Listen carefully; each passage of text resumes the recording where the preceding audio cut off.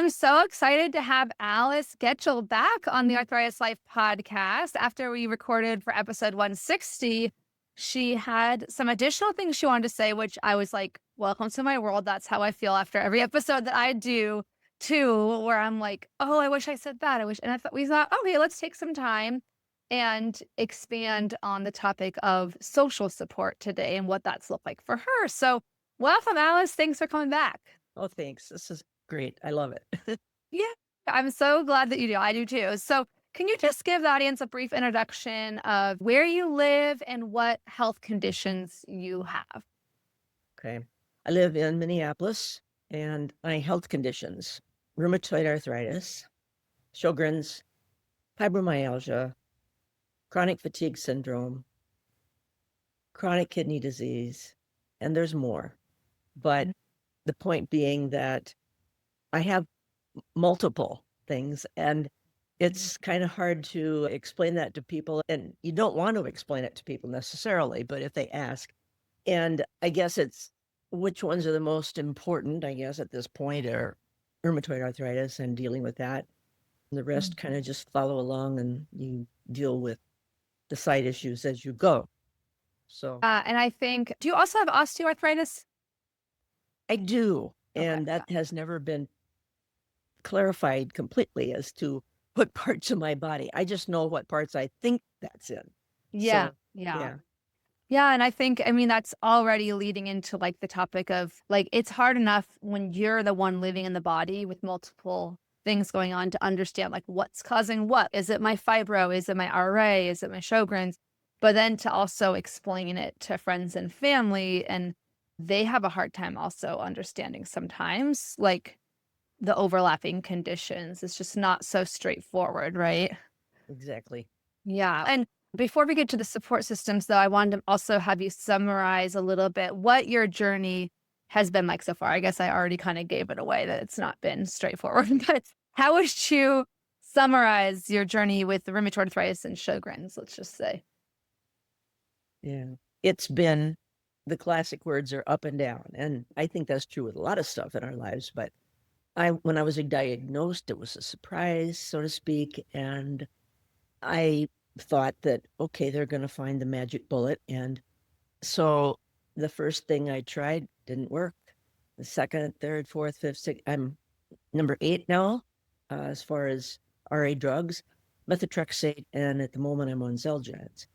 And right today, I can say that I think it's working, and I'm feeling the best that I have felt for a very long time. However, I'm one of those people who says, okay, can I trust this? Is the other shoe going to drop? And so I'm not looking over my shoulder necessarily to see if it's creeping up on me, whatever it may be. But it's always in the back of my mind.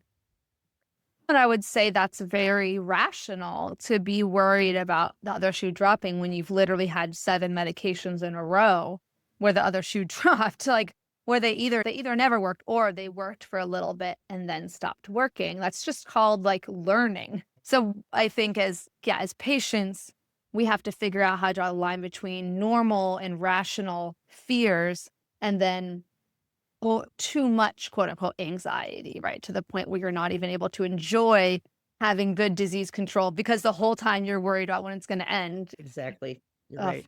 I really understand that because I'm lucky that in 22 years, I'm on my 5th combination of methotrexate plus a biologic. And it's definitely hard not to worry about, is it going to end if you're starting to feel good?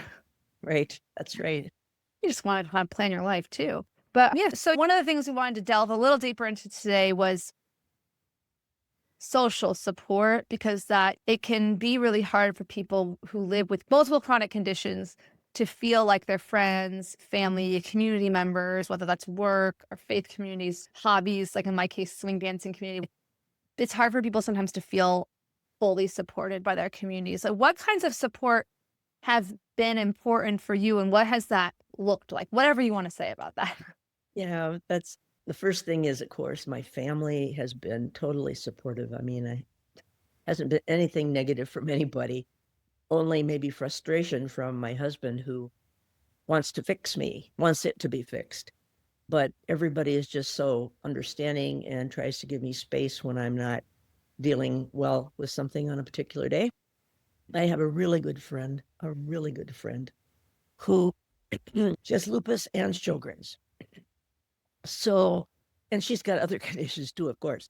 But she and I have had just such a great connection for quite a long time. We've known each other for many years, but only until I was diagnosed did we start to get into those deeper things to talk about with each other. And we share constantly, we support each other, listen, just sit quietly together if whatever either one of us needs. And it's reciprocal. I mean, it's balanced. It's really nice. So let's see. Who else have I had support from? Most of my friends, most of the people I played music with, I've had one friend who was just totally, when I give her the information that I'd been diagnosed, just goes, "Oh, yeah, that's that knuckle thing," and then changed the subject. And I didn't feel very supported then, and I still don't. But I have tremendous support from my church community. I sing in the choir, and that's another little family within a family, so to speak. Most everyone in there is supportive. Some of them don't quite understand, or some of them maybe don't really get it, but it doesn't matter because the group feeling is positive. Who else? I can't think of. Yeah. No, I think those are the three. I remember you after the episode, you were like, I think I wanted to make sure to highlight how lucky you feel and how with your friend, family, and community support. And I thought that was so sweet, first of all, that you wanted to make sure to shout them out. And I think those who've listened to the podcast maybe have heard, unfortunately, there are lots of people who don't have that degree of support. And you're in the graduates group, the alumni group for the Room to Thrivers, and we hear the whole spectrum in that group. We hear people who have wonderful support like you, and I consider myself to have a lot of great support. And then we hear people who've had really tough times. There's people who aren't in touch with their parents anymore, or siblings, people whose parents said they think you're faking it, or they don't believe your diagnosis, or you shouldn't take medication, and they criticize your choices. So I think the fact that you wanted to express gratitude for your communities is huge. And I would say you're part of the Room to Thrive community too, of course, in the graduates group. Yeah. Sorry, I didn't mention that. No, I thought of it too, but you did mention that the other podcast episode too. But yeah, the virtual support group. Yeah. In fact, that's right up there with my family as far as support. I hate having to miss a meeting if I do. And I mean, I look forward to it, can't wait for it. And I'm glad we have once a week, every week we have. So I wanted to say quickly, I have another friend who made a little booklet, which I'm blurred every time you can't see it. If you put it right in front of your chest or like your face, it'll show better. I figured that out. Well, yeah. It's hard to see, but it's on a little ring here. And they're little quotes of things that she collected. I'll just read the first one that's on top. Accepting our feelings means being with them without being lost in them.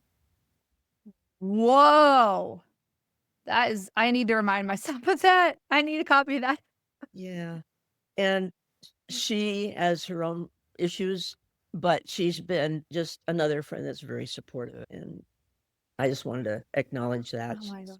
Yeah. That's beautiful. And you anticipated my next question, which is what are some of the ways people have supported you that have been helpful, or people have attempted to support you that have been helpful, and then ones that have been not helpful?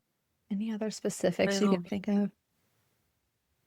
If a friend calls me or texts me or emails and maybe just checks in, they don't even really have to say, how are you? Or how are you doing? Or be that expressing that overt concern. Just connecting. And that's so helpful. Boy, that's a kind of a tough question. I think the earlier example you gave of someone being not helpful was when they kind of said, oh, they minimized it, right? They say, oh, that's just that knuckle thing. Yeah. Or, oh, everyone has arthritis at our age or something. Yeah, actually, I have had some people say that, more than one, in fact. So you kind of start to realize who's going to get it and who isn't. Yeah. And monitor how do you respond to those people, and maybe not listen too much to what they have to say. just listening Yeah. to people that are supportive. Yeah, and in the Room to Thrive, like the coursework, the self-paced course, and in the ongoing groups, we now have themes of the week for the support group. And in the Thrive framework, I'm just going to really quickly deviate to say that relationships, friendships, families, spouse, parent-child relationship, that falls under the R of the Thrive framework, which is relationships. And the meaning when we talk about misunderstandings and unsolicited advice and how to cope with those, that is always a meeting where, having done this for 5 years, that's the meeting probably overall where I get the most participation. Like the most people are raising their digital hand and writing in the chat, and they're talking about their experiences, the good, the bad, and the ugly of the misunderstanding. Again, the common misunderstanding is that it's just arthritis, minimizing it, and knowing what to say. People often say, what do I say back when someone says something that's like out of left field? You should just drink. I don't know if you get the thing that a lot of people bring up is unsolicited advice. You should just try yoga. You should just drink tart cherry juice. You should just do turmeric. You shouldn't take the medications. You should do this. Have you had that ever? Yeah, a little of that. Not bad, but enough Yeah. that it was annoying.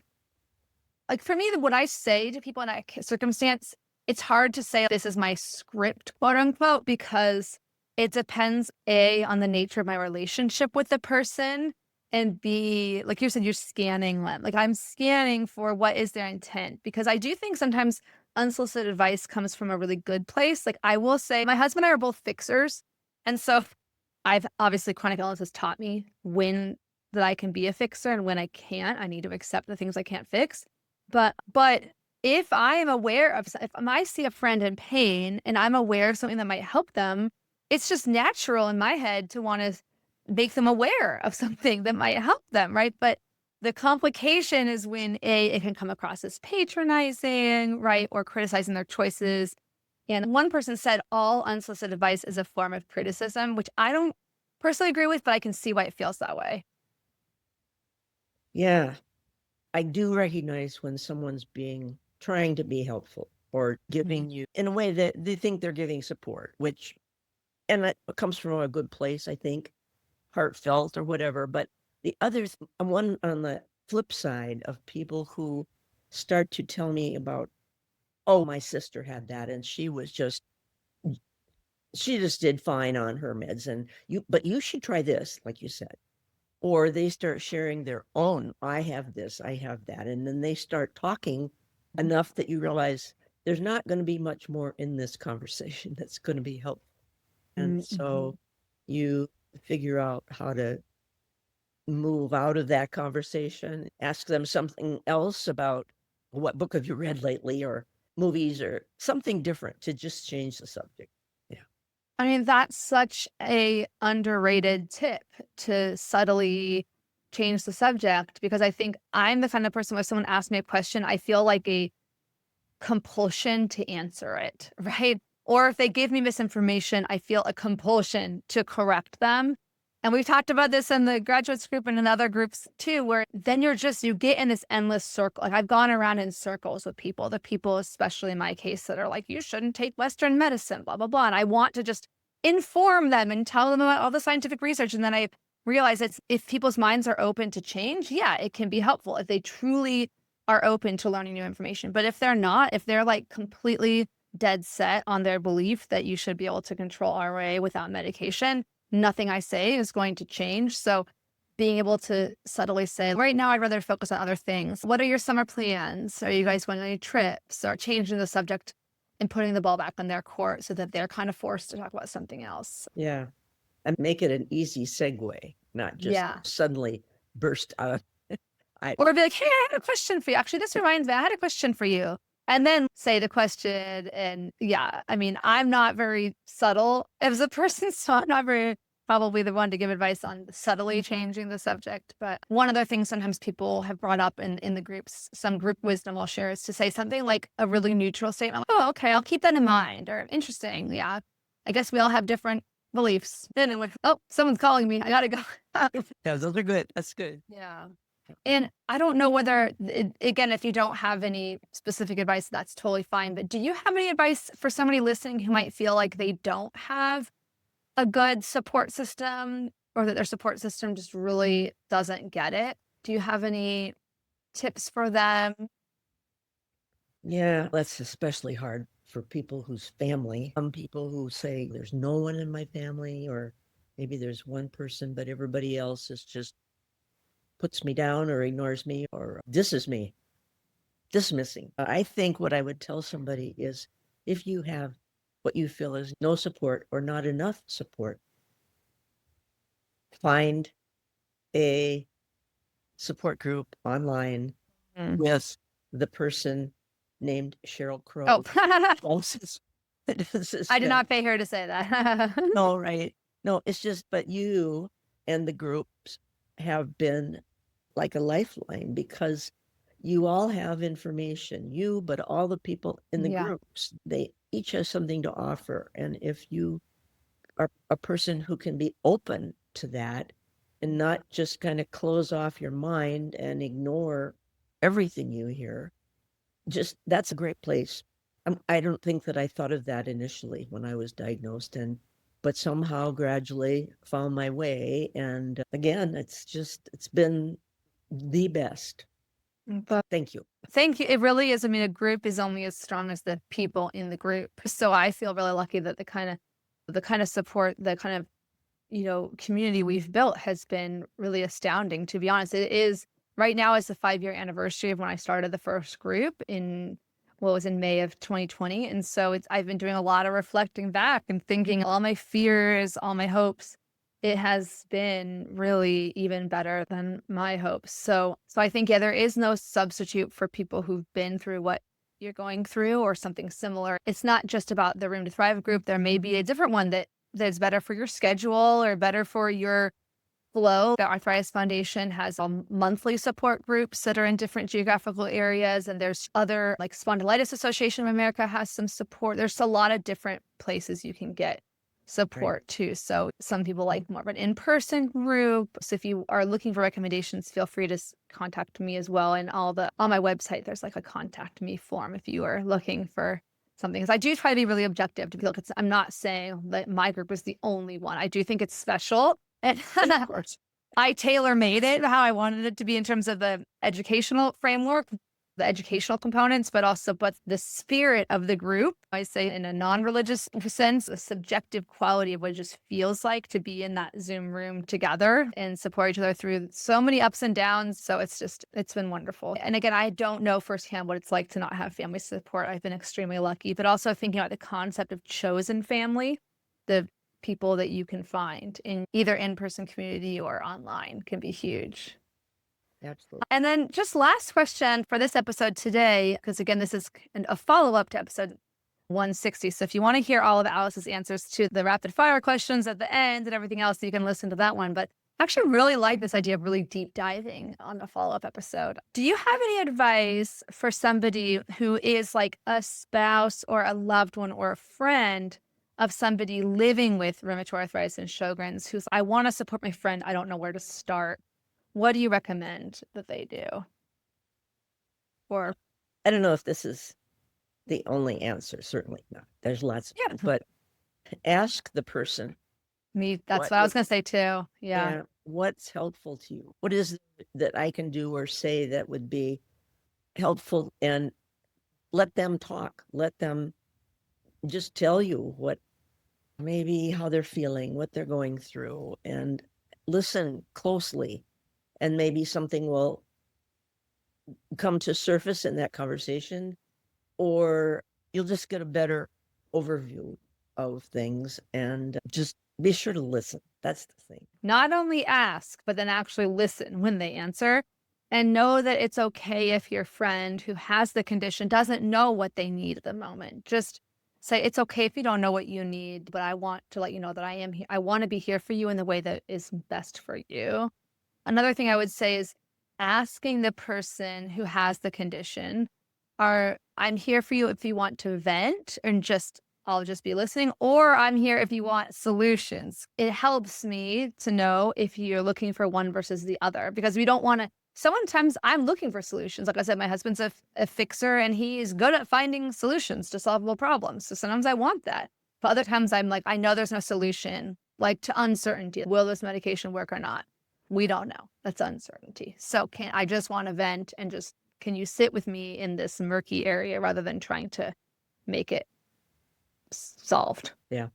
Because you can't solve it. I mean, it's just not one of those things that has a single solution yeah. And I think if you let the person with the condition, let them just be, if they're in a bad spot, and if they're able to verbalize that they're in a bad spot and don't talk to me, just let me have some space right now. Yeah. Distract me. Talk to me about something else. The person with it isn't necessarily going to think of, oh, let's go have coffee. It just has to be something you have to have a conversation with the person. Yeah. As you were saying that, I remembered sometimes people will say, I don't want to have to tell my husband how to support me. He should just know. Personally, I'm going to give you tough love on that. No, nobody's a mind reader. No matter how well you know someone, you don't know what they want in the moment unless you ask them. So it's okay. It's valid to wish that people could read your mind, but it's not valid to expect them to read your mind or to be mad at them for not reading your mind. I would say get over that and understand that you are not going to get what you want by expecting someone to read your mind. If you told them what you want and they're not giving it to you, it's a different issue. Yeah, I'm sorry. I was just going to say, and it works both ways. I mean, it isn't just you. How would I say that? Yeah. Reading minds. I think a lot of people that do that, it's a two-way street, in other words. Everybody does try to do that, I think, sometimes. But just realizing that nobody is going to know what's going on up here, and be patient if possible. Yeah.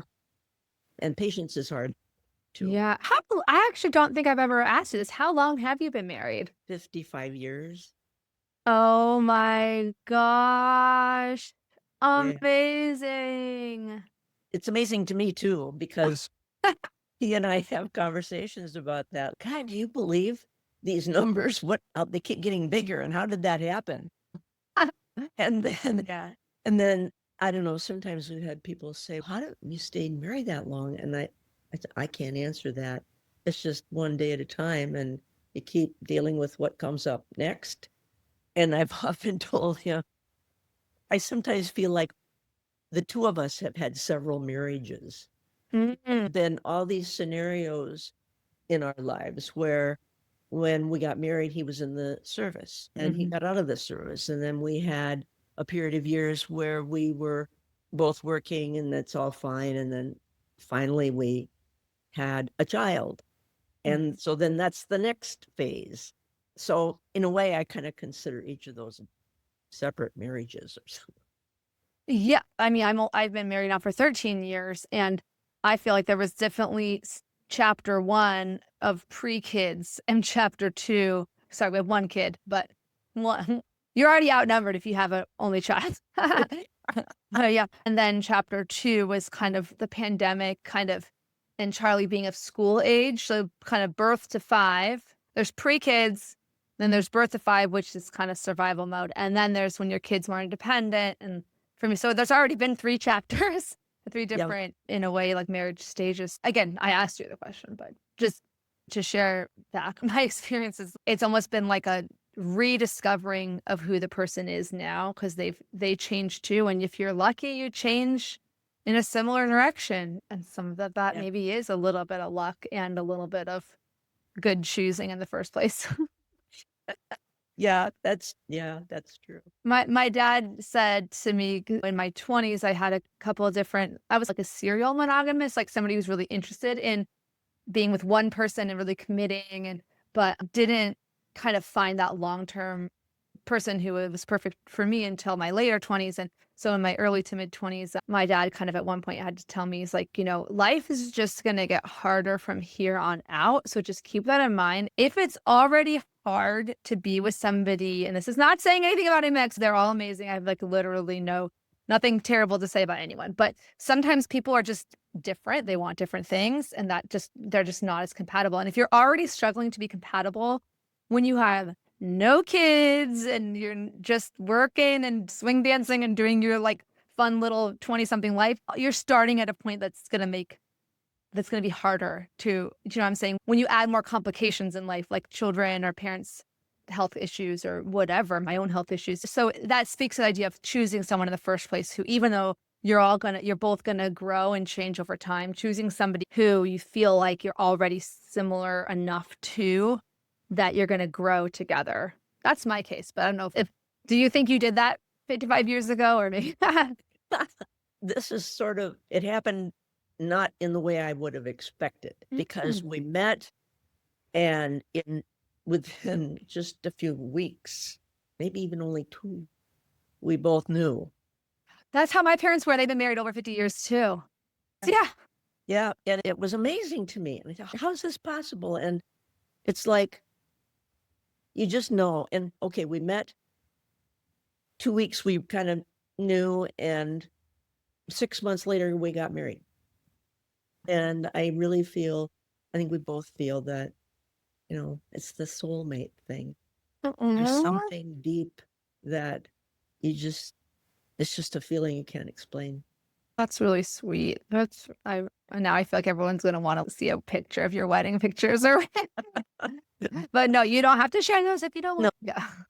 But that's really sweet. And I just really appreciate you taking the time to delve more into this. In a way, it's painting a picture just to someone listening of what a positive support system might look like. And I think like you said, with a marriage, they're all different. I disagree with Tolstoy. I think all happy marriages are different and all unhappy marriages are different. Everyone's different, but it's beautiful to see that you have that support, not just from your spouse, but from your greater community as well. So again, if anyone wants to listen to the more of your like story of navigating RA and Sjogren's and stuff like that, that's episode 160. But for now, I'll say one last thing, and then I think we'll wrap it up. Earlier, you did mention going through 8 different medicines in a relatively short amount of time. That I want people listening to understand that there is like a percentage of people with rheumatoid arthritis. It depends on the study you look at, but it's like between 5 and 20%. And I'll put citations in the show notes. But up to 20% of people with rheumatoid arthritis have what's called difficult to treat RA. And it means that their RA doesn't go into remission on the first 1 or 2 meds that they try. The majority of, if you're listening, I just want you to know that statistics are still in your favor if you're newly diagnosed, that you're most likely going to be in the 80% area. But know that there is a possibility that you might be in that 25 to 20%. But I just don't want people to be scared unnecessarily, like to understand the statistics, to say, okay, most likely I'll be in that 80%. So just gentle crossing of fingers for you if you're newly diagnosed. Yeah. I was just going to say too that I'm seronegative for rheumatoid arthritis. So that's why I didn't get diagnosed soon enough until damage was done. And the doctors who tested me said, oh, you don't have it. The markers aren't there. It was just diagnosed in a different way. X-ray, MRI. So yeah, it's definitely not just like RA. Sjogren's and RA are both not just one blood test. There's multiple things they take into account. So thank you again for coming on and sharing about this. And maybe we'll do another follow-up later, but for now, we'll say bye-bye for now. Thanks so much. Thank you. Bye. Okay, bye-bye.